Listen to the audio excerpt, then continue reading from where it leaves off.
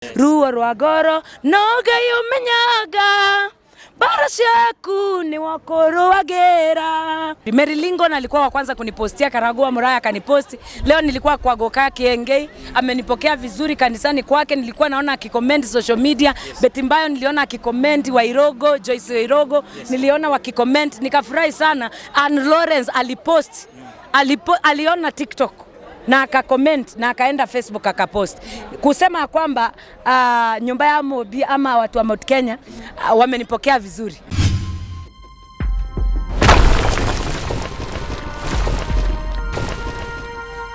Zahu TV, righteousness is power. Natugisemania na Madam Tiohoro ni aragikorwa kigira thiini wa Kikuyu industry. Tukireha haturenda kumunyita ugeni thiini wa Gikuyu. Tiohoro ndi mwega muno na mwathani ni mwega. Nimeokoka, Yesu ni Bwana. Kikuyu imefika hapo.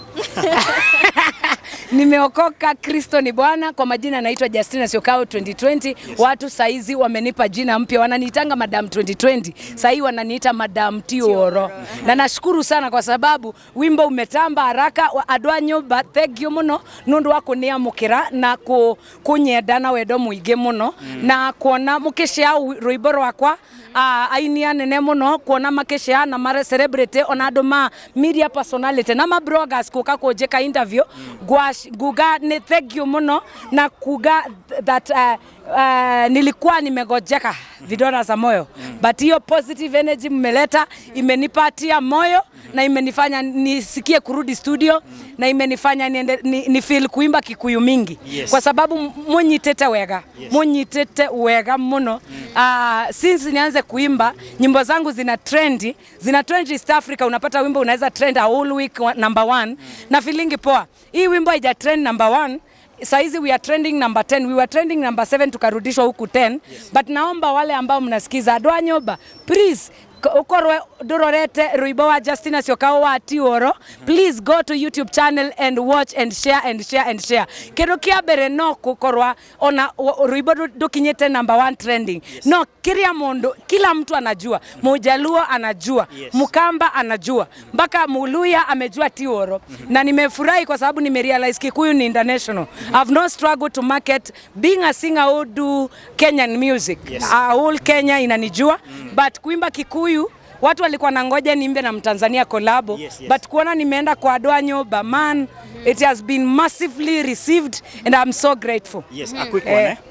Kuma urekererie rwimbo ruru rwa Tiohoro ri ngonete na gakuo gaka onyonete na one cloth mwathani arogoshwe. Unajua mimi niko na nguo moja ya Tiohoro ya kumarket Tiohoro. Unajua mtu akiona hili vazi anaona Justina, anaona Tiohoro. Na hii nguo nitairudia mpaka mujue wimbo hiyo wa Kikuyu wote. Kwa hivyo naomba mujue haraka ili niweke hii kanju chini. Ukiangalia kutoka asubuhi nimefagia fumbi yote, nimefagia kila mahali, na nashukuru sana kwa sababu ya wote ambao wanatazama hii video.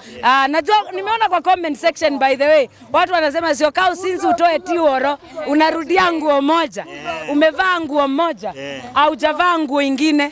Unavaa nguo moja, hujavaa ingine. Naweza sema ya kwamba napenda kuvaa hivi. Niko na nguo ya black kama hii na ya blue, but hii ya red nimeipenda sana kwa sababu inachukua macho haraka. Unajua Mkamba ni color.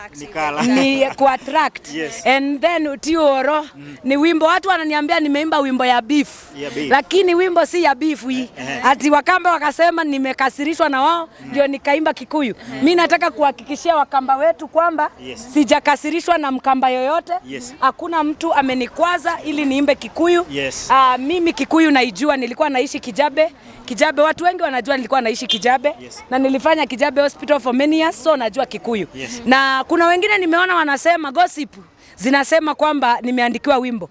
Mimi sijaandikiwa wimbo, nimejiandikia. Jana niliwapostia kama Kenya kangu Kenya nilikuwa nimeandika my Kikuyu song. Then wakasema mwandiko ya hiyo ati my handwriting ni mbaya. So nikarealize kumbe siwezi furahisha watu. So wale wanalalamika wacha tu waendelee kufanya nini? Tiohoro. Na wale wanasema si mimi nimeimba Tiohoro. Na wale wanasema hata sijaandika Tiohoro. Na wale wanasema narudia nguo moja Tiohoro. Hii nguo kama umejua wimbo that that is what is important. I just want to tell to everyone who is watching this video, hii song inasema surrender your battles to God. Nataka kuambia watu wenye wanatazama, uko kwa marriage ambao iko na shida, uko na stress, una job, unatafuta job I come through, ama opportunities na kuponyoka, maybe kampuni yako haija branch out, haija grow, and you are telling God, God come through for me. Tumeimba nikasema 2023 ni mwaka wa kupanuliwa mipaka. Mumeona Muthee Kiengei, Mungu ameshampanua. Ameanza kanisa, 3 weeks imejaa. Hana mahali pa kuweka watu. Anatafuta mahali pa kuweka watu. So tunaweza sema ya kwamba watu wanaendelea kupanuliwa mipaka. Na when I said that, I'm telling to people who are going through a lot that tioro mutigire gai barashi yaku, or handle your situation to God. Surrender your situation to God, that which is hard. Yenye imekushinda. Unakanga na uchungu, unashindwa God nitatokea wapi? Jabezi alimpelekea Mungu akamwambia God, bless me, remove pain in my life, expand my territory. Hata kwa wimbo ya tioro gwenda kwira mundu wothe wirorere atiriri, surrender your situation to God. God is the only person who can take over your situation. And ngainaga gauga ederia bara shanenea gayokaga kakutwara revoege ndugetigire na ndukamake ukwarirwo metha mbere ya nthu ciaku ti woro ona makusabia ti woro na makurume wega wa Ngai uri iguru ryaku we murathime na ndogerumeka. Na kuna verse ya kwanza inanibariki, inasema ruo rwa ngoro. Kuna watu wako na uchungu kwa moyo. Ulifutwa kazi, ukachukia boss na ukachukia wale walikusingizia. And then unakanga na huo uchungu. Biblia inasema tubondeke mbele za Mungu, unashindwa utabondeka aje, because when you don't have a clean heart you cannot bondeka mbele za God. So I just want to talk to people who are going through that pain. Ruo rwa ngoro, mtu amekuachanisha, maybe uko na mimba yake hajakuoa, amekuacha, uko single reality. Reality imekugonga ukiwa mimba iko ndani. You know, you are there, you are like uko na uchungu juu how to forgive. Tukikwambia forgive uelewi. And then kuna watu wanapitia pain ya ugonjwa. You have been in sickness for long. I just want to tell you that tigira Jesu, this is the time to hand over to God. Na ruo rwa ngoro no Ngai umenyaga undu wana, no Ngai ukwandastandaga, no kindu kiria gwira andu na atiriri mutirengire Ngai maundu the vitu zenye zimekushinda, mwachie Mungu. Ruo rwa ngoro no Ngai umenyaga bara ciaku ni wakuruagira aria metagirira kuthira kwaku wendo kuthira webeo ya Ngai. Yani wale wanangojeanga kushuka kwako ama kwenda chini kwako. Kuna watu wanangojea hii blog, hii Jao TV ifungwe ili wapige makofi. Kuna watu wanangojeanga Justina ashindwe kwenda studio, akose do ya kwenda studio ili wamchekelee. Kama unangojea kuona nikienda chini ama mtu, hata watu wanakungojea wewe unatazama, uende chini, waambia kwamba wewe bego ya Ngai, wewe ni mbegu ya Mungu na uwezi isha. Na nataka kuambia watu wote wenye una feel ni kama unachimbiwa mashimo, hey, maandui zako ndo wataingia. Stop worrying. Hata Biblia inaongea kuhusu Joshua. Joshua aliambiwa na Mungu, don't be dismayed, don't worry, don't fear, I will be with you up to the end of ages. And I want to assure the people who are watching that God is with you. God was with Joseph when he was denied living by his brother. Walimchimbia shimo, wakaona bado ni kama atafufuka kwa hiyo shimo, wakamuuza vibaya kwa Midian.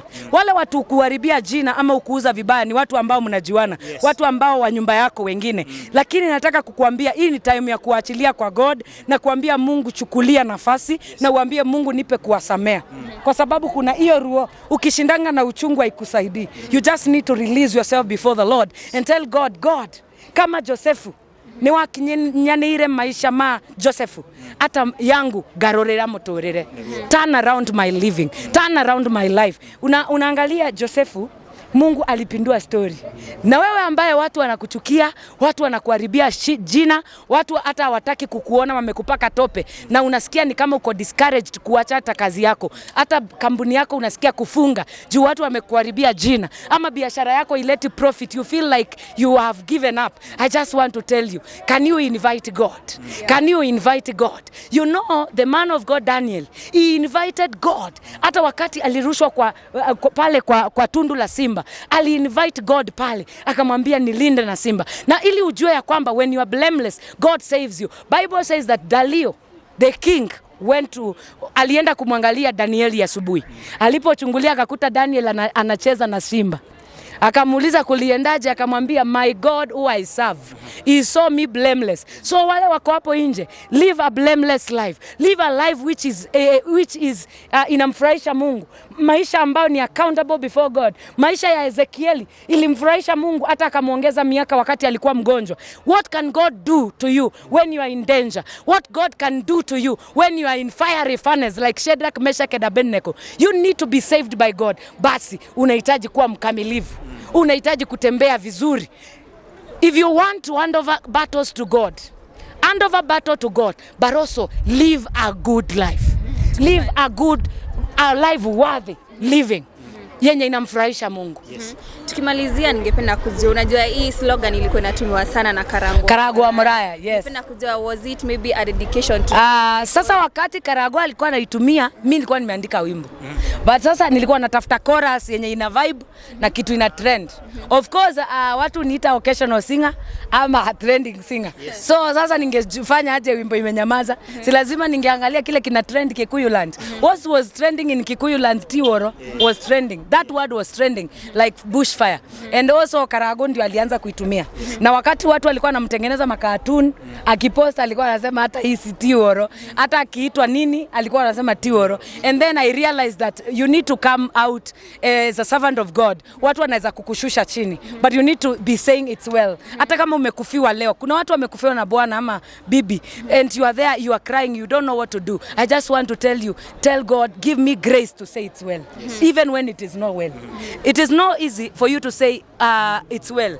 Hata ukisikiza wimbo ya Karo anaimba igoro Riama ondo mondewe wegai. Kuna mahali anafika anasema tiga wae mwana wakwa kejo erera dosia goro yakwa itigia otire tiga wajarageria ukajera atere monde mekikaga nikana nyonewega. Why am I singing that? Before uone hiyo uzuri, unaweza pita katika moto. Yesu hajatuahidi akatuambia ya kwamba ati kuna mema ambayo tutakutana nayo. Yesu alikuwa hapa, alikuwa persecuted. So people who are born again, they need to know that in this world you will risk yourself to go to the next level. And utapatana na changamoto. Lakini changamoto ukikutana nazo, usije ukakufa moyo. Yesu alipatana nazo, akasema ya kwamba as I have overcome the world, alizikwa mpaka. Akakaa siku 3 amekufa. Na akatoka kwa tundu la simba akasema, as I have overcome the world, you will overcome. And I want to talk to somebody who is worried, somebody who is depressed. You win the new bara. No kiona Justina okugate gaino kukuotanira. Unashindwa haje. Nataka kukuambia ya kwamba you know, before ushinde kuna kupambana. Hata washindi wa mbio, unaonanga washindi wa mbio, kuna wa Muamerika, kuna Mkenya Kemboi na kuna mwingine. Lakini mwenye ushinda ndio upigiwa makofi. Lazima upambane. Hata kama unasikia mguuni kama ina maso inakushika, lazima upambane. Tuko kwa relay. Lazima tupambane. If for you to be a winner, you must fight. Yes. Be a fighter. Maybe to ask, hii ndio wimbo tu yako ya kipekee ambayo itakuwa ya Kikuyu ama sasa? Nasikia niimbe zingine. Yes. Nasikia kuimba korabo. Hallelujah. Roni. Nasikia roho ikiniambia niimbe korabo, lakini sijui wasanii wenu kama watanipokea niimbe korabo na wao. Though wananipenda, hata walikuwa wananipenda nikiwa kwa Kiswahili. Yes. Na saa hizi wananipenda na wamenipokea vizuri. Mary Lingo alikuwa wa kwanza kunipostia Karangu wa Muraya akaniposti. Leo nilikuwa kwa Goka Kiengei, amenipokea vizuri kanisani kwake, nilikuwa naona akicomment social media. Yes. Betimbayo niliona akicomment wa Irogo, Joyce wa Irogo, niliona wakicomment, nikafurahi sana. And Lawrence alipost, aliona TikTok na akacomment na akaenda Facebook akapost kusema kwamba nyumba ya Mobi ama watu wa Mount Kenya wamenipokea vizuri. Nataka kuwashukuru na kusema ya kwamba muendelee kunishika mkono na muendelee kunitia nguvu. Nataka kufanya kolabo, wasanii naomba nikiwaomba kolabo msiingie kwa nyasi. Munitie nguvu kwa kunipea hizo kolabo ili tuimbe. Mimi najua kuandika Kikuyu. Najua kuandika, sitakusumbua sana na tutaandika pamoja. Na ninajua ya kwamba it will be well. Again nataka kushukuru Karangu kwa sababu ya kutumia hiyo word tioro. Kwa sababu kama angeitumia sana singejua meaning, because mimi nilikuwa nimeandika wimbo wangu it's okay. But sikuwa najua kuna word ya Kikuyu inaweza ingiana na it's okay. I didn't know tioro inamaanisha it's well. I didn't know. But now because ya kutumika sana nikawa nauliza watu nayo hii ndio nini? Wakaniambia sio sheng, ni Kikuyu, inamaanisha tioro. And thank you so much wa Karangu kwa kuandika tioro so much in social media. Mimi nikaenda nayo, nikavuka nayo. Sasa hii ni wimbo na nashukuru sana, alipokea vizuri na ameweza kunisupport kwa kunipostia. Na pia Wakikuyu wengi wamepokea vizuri. Naona comments ziko positive, hata wa Ulaya. Wale wako diaspora wameshare sana. Nimesikia hii wimbo yangu imeenda kama bushfire kule America, diaspora. Leo nimekutana na watu wa diaspora wakaniambia niende nikaimbe America. Wakaniambia watu wamenipenda huko sana. Kwanza wanataka maua nikadance. So nataka kushukuru JJ. JJ ni pastor ambaye anijui, lakini JJ amenihubiria Facebook na YouTube. Message yake ya discouragement alihubiri, ikanisaidia, ikaniinspire kuimba wimbo wa 2023. Kwa sababu I was so broken, I didn't have content. Niko mwezi wa 10 napaswa kuproduce wimbo wa mwaka mpya, and then I don't have content mwezi wa 10 yote. Mwezi wa 11 nikakutana na hiyo message yake akihubiri about discouragement. Spirit of discouragement inauanga mpaka kipawa, inakuanga ule ushupafu, inaumaliza. Na nikapata ile message, nikakuta kumbe ni shetani ananipiga vita. Nikarealize ya kwamba shetani anataka kunimaliza. Na ndio nikaimba ni kwamba 2023 ni mwaka wa mavuno, because I perceived, nikarealize shetani anataka kumaliza fruitfulness in me. Nikasema ya kwamba I refuse to die. I refuse to die musically. I refuse to go down musically. I declare that I have energy. Alihubiri hiyo message pale mwisho akasema have positive energy, mawewewe energy every morning. Na mimi nikasema mawewewe. Wakati niliona watu wananienjoy online nilishangaa. Hawajui niliandika message ya mchungaji. Biblia inasema ya kwamba Jabez akasema Mungu nibariki, niondolee uchungu na unipanulie mipaka. Sasa word ya kupanuliwa imetoka hapo. So wale ambao wana complain wakisema nimeimba vulgar, nimeimba lugha mbaya, si lugha mbaya, ni ya Biblia. Jabez ndiye alitaka kupanuliwa mipaka na kapanuliwa. Na hata wewe ambaye uko hapo nyumbani unataka kupanuliwa, panuliwa kwa jina la Yesu. Na pia muendelee kusikiza wimbo wa tioro. God bless you so much. I love you so much. Muwatch wimbo wa tioro YouTube, inaendelea kufanya vizuri sana kwa YouTube, inaendelea kutrendi. Tafadhali share and watch. God bless.